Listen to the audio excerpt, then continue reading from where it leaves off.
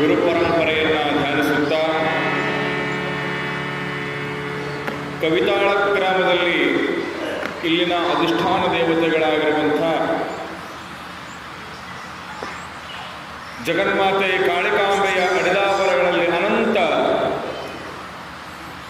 ಕೋಟಿ ಕೋಟಿ ಪ್ರಣಾಮಗಳನ್ನು ಸಲ್ಲಿಸುತ್ತಾ ಈ ಊರಿನ ಪ್ರಮುಖ ದೇವ ತ್ರಯಂಬಕೇಶ್ವರರ ಅಡಿದಾವರಗಳಲ್ಲಿಯೂ ಕೂಡ ಭಕ್ತಿಯ ಪ್ರಣಾಮಗಳನ್ನು ಸಲ್ಲಿಸುತ್ತಾ ಅನಂತ ಕೋಟಿ ಕೋಟಿ ಭಕ್ತಿಯ ಪ್ರಣಾಮಗಳನ್ನು ಸಲ್ಲಿಸುತ್ತಾ ಈ 6ನೇ ವರ್ಷದ ದೇವಿ ಪುರಾಣದ ವೇದಿಕೆಯ ಮೇಲೆ ನಮ್ಮೊಂದಿಗೆ ಈ 6ನೇ ದಿವಸ 6ನೇ ವರ್ಷದ 6ನೇ ದಿವಸದ ದೇವಿ ಪುರಾಣದ ವೇದಿಕೆಯ ಮೇಲೆ ನಮ್ಮೊಂದಿಗೆ ಉಪಸ್ಥಿತರಿರುವಂತಹ ಕಲಾವಿದರಾಗಿರುವಂತಹ ಅಯ್ಯಪ್ಪನವರೇ,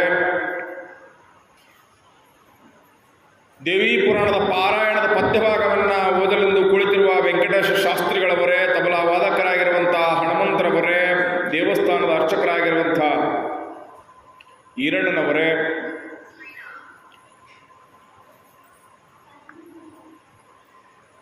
ಕವಿತಾಳ ಗ್ರಾಮದ ಎಲ್ಲ ಸಹೃದಯಿ ಸಜ್ಜನ ಮಹಾಶಯರೇ, ಜಗನ್ಮಾತಾ ಕಾಳಿಕಾಂಬಾ ದೇವಸ್ಥಾನದ ಪದಾಧಿಕಾರಿಗಳೇ,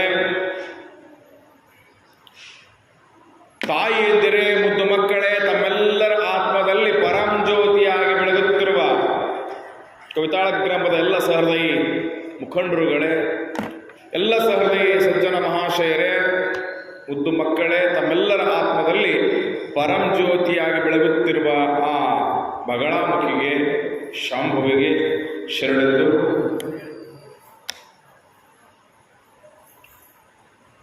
ನಿನ್ನೆಯ ದಿವಸ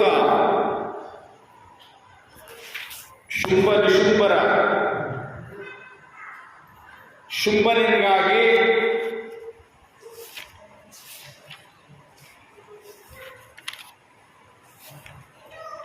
ಮದುವೆಯನ್ನ ಮಾಡಲು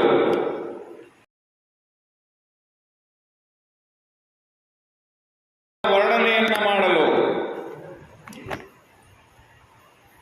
ಸುಗ್ರೀವ ಅಂತಕ್ಕಂಥ ರಾಕ್ಷಸನಿಗೆ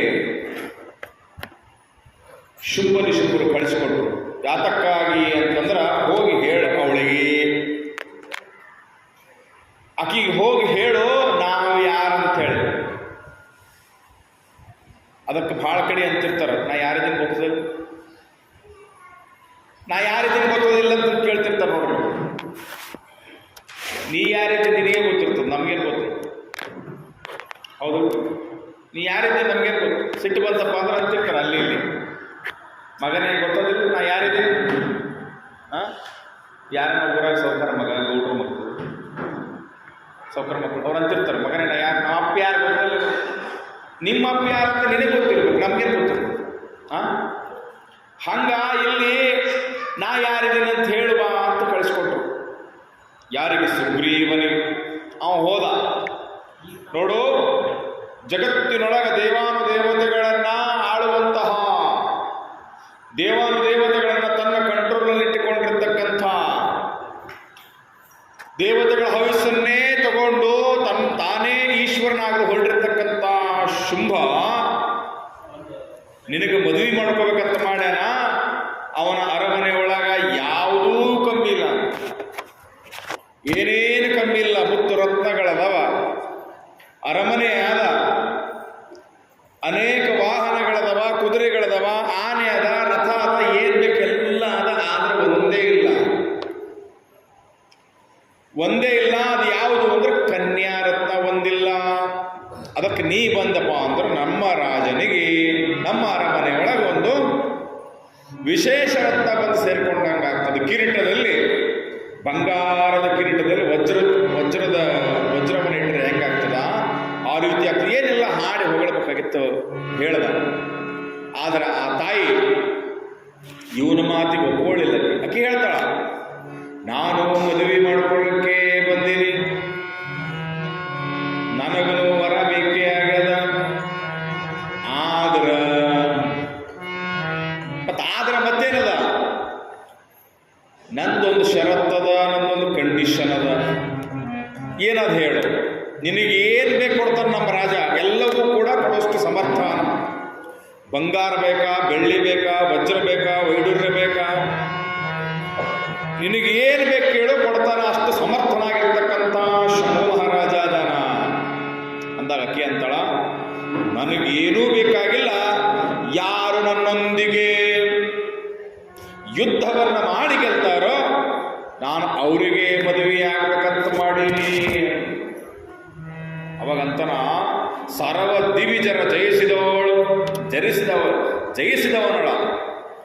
ಎಲ್ಲ ದೇವಾನುದೇವತೆಗಳನ್ನು ಜಯಿಸಿರ್ತಕ್ಕಂಥವನಿಗೆ ನೀನು ನೆಕಶ್ಚಿತ್ ಹೆಣ್ಣು, ನೀನು ಅವನಿಗೆ ಗೆಲ್ಲಕ್ಕಾಗ್ತದೆ ಅಂಥೇಳಿ ಎಷ್ಟು ಬುದ್ಧಿ ಹೇಳಿದ್ರು ಆಕೆ ಕೇಳಿಲ್ಲ. ಅದಕ್ಕೆ ನಡೆದ ದೂತನ ಮಾತಿಗೆ ಒಡೆದ. ಆ ದೂತ ಏನು ಮಾಡಿಬಿಟ್ಟ ಅಂತಂದ್ರೆ, ಅವನು ಪೋಸ್ಟ್ಮ್ಯಾನ್ ಕೆಲಸ ರೀ ಅಷ್ಟೇ. ಪೋಸ್ಟ್ಮ್ಯಾನ್ ಏನು ಮಾಡ್ತಾನ? ಯಾರ ಪತ್ರ ಬರೆದ್ರಂದ್ರೆ ಅವ್ರಿಗೆ ಒಯ್ದು ಮುಟ್ಸೋದಷ್ಟೇ ಕೆಲಸ. ಮುಟ್ಸಿದ ಮ್ಯಾಲ ಉತ್ತರ ಏನು ಕೊಡ್ತೀರಿ, ಮತ್ತೊಂದ್ಸಲ ವಾಪಸ್ ಒಯ್ದು ಅವ್ರಿಗೆ ಮುಟ್ಟಿಸ್ತಾರೆ. ಹಂಗೆ ಇಲ್ಲಿ ಸುಗ್ರೀವನ ಪಾತ್ರ ಏನಿತ್ತು ಅಂತಂದ್ರೆ ಪೋಸ್ಟ್ಮ್ಯಾನ್ ಕೆಲಸ. ಆಕೆ ಪಾರ್ವತಿ ಏನು ಹೇಳ್ತಾಳ ಅದನ್ನು ಹೋಗಿ ನಿಶುಂಭನಿಗೆ ಹೇಳ್ತಕ್ಕಂಥ ಕೆಲಸ ಇತ್ತು. ಅದಕ್ಕಾಗಿ ಸುಗ್ರೀವ ವಾಪಸ್ ಬಂದುಬಿಟ್ಟ. ವಾಪಸ್ ಬಂದು ಇಲ್ಲಿ ಮೆಸೇಜ್ ಮುಟ್ಟಿಸ್ಬೇಕಾಗ್ಯದ. ಮುಂದಿನ ಅಧ್ಯಾಯವನ್ನು ಪ್ರಾರಂಭ ಮಾಡೋಣ. ನಮ್ಮ ಶಾಸ್ತ್ರಿಗಳ ಪದ್ಯ ಭಾಗವನ್ನು ಓದಿದ ನಂತರ